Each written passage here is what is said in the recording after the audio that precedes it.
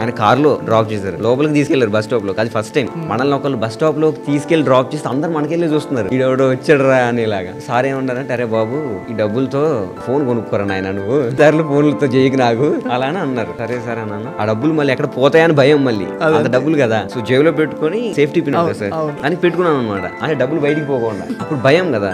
అప్పుడు ఎంత ఏజ్? నాకు 17 years అప్పుడు.